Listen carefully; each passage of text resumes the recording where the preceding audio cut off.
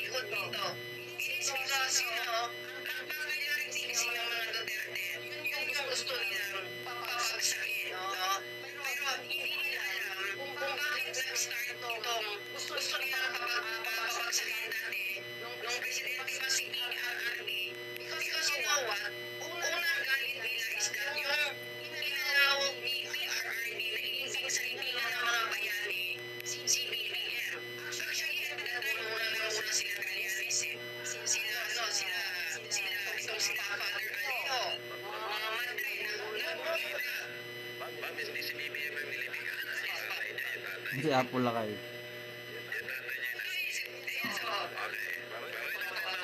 Sige po, patuloy.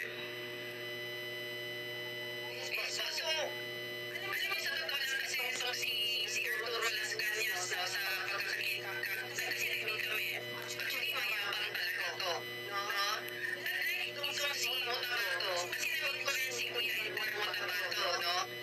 Punta yung kawawa. Kasi alam mo sa totoo lang, kinuhanan ko yun ng cellphone. Kasi medyo mahina kasi si Motabato eh. Actually, at that time, naka-mention pa sa akin si Motabato kasi nasa kumbento, no? Kaya, minsan ayoko nang maging katoliko eh, no? Nasa kumbento kami, no? Nung pagkakalas ko si Motabato na yun nga daw ko siya lang, parang nakifeel kong makakonsensya siya, pero wala talaga siyang, dahil kung ano lang sinasabi sa kanya, yun lang ang sinusunod niya.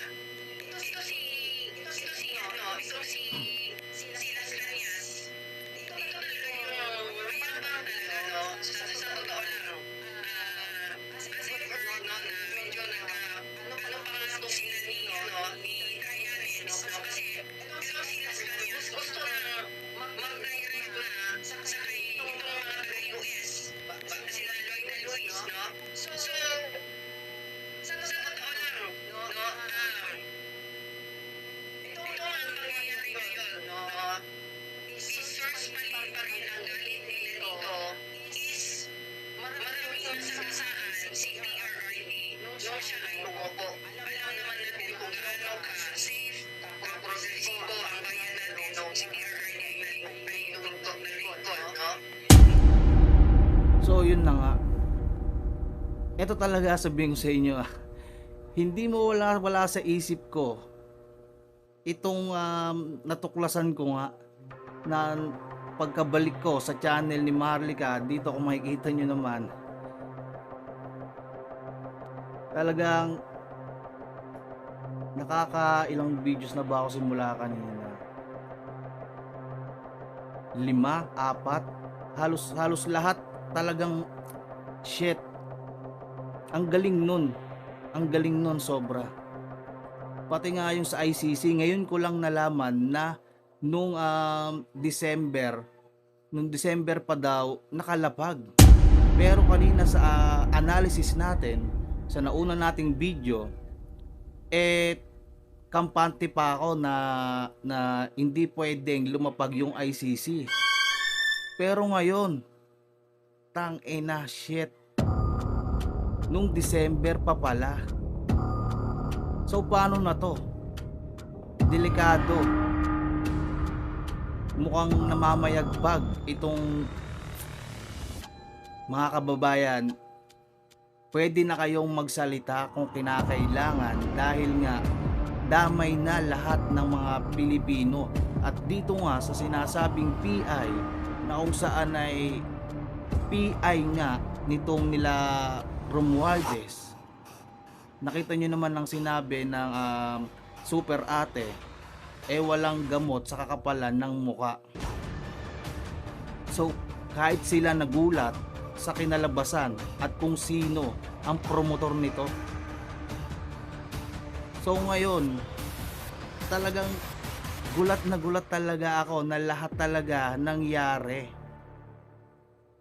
Nakakatakot na nakakainis na nakakayamot talaga. Grabe.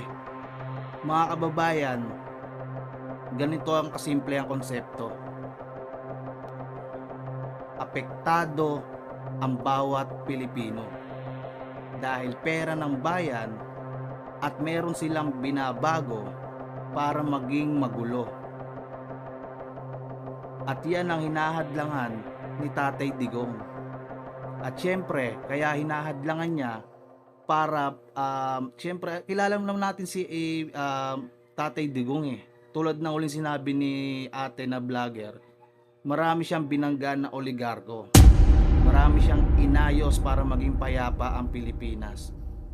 Ngayon, sa paggawa niya ng gantong mabubuti, ang sinusukli sa kanya, mga paghihigante na ang ginawa lang naman ni Tatay Digong para sa ikakaayos ng lahat, hindi lang ng iilan. So binabalikan siya ng mga natabla niya, yung mga nakakaraan at yung mga nasagasaan nga daw. So napakahirap nun. Grabe yun. Kung kailan naging mahina itong si Tatay Digong, doon na nila ngayon aatakihin. Kung kailan mahina na at si BP Sara lang ang siyang nakaupo na BP, gusto nilang patalsikin para hindi na makagalaw o hindi na makapagsalita itong si Tatay Digong at masupil silang parehas ng napakadali. Andiyan na yung ICC. Grabe to mga kababayan. Grabe ang balita na to.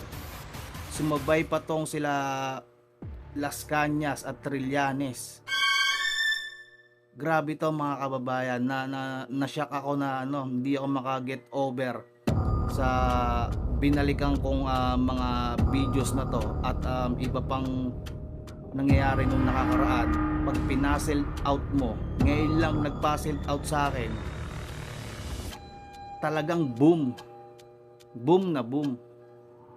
Kasi alam niyo mga kababayan, hindi lang din naman kasi ako nakapokus sa pag-research o pag-analyze ng mga nangyayari sa politics. Sobrang dami kong ina-analyze o nire-research sa history. Kasi sobrang dami ko diyang gustong malaman at meron din ako diyang mga tinatantosang theory, mga sarili kong theory. Kasi hindi lang naman mga taga-ibang bansa o mga international yung pwedeng bumuo ng ganun eh. Kahit sino pwede. At yun ang parang hobby ko. Yun ang hobby ko, yun ang gusto ko, yun ang forte ko. So, dito nga medyo na-late ako ng pag re-review ulit at pagbalik sa mga nakakaraang ginawan natin ng analysis. So, pagbalik ko nga ngayon, ginulantang ako ng mga eksena. Talagang parang parang sinupalpal ako sa mukha eh. Boom!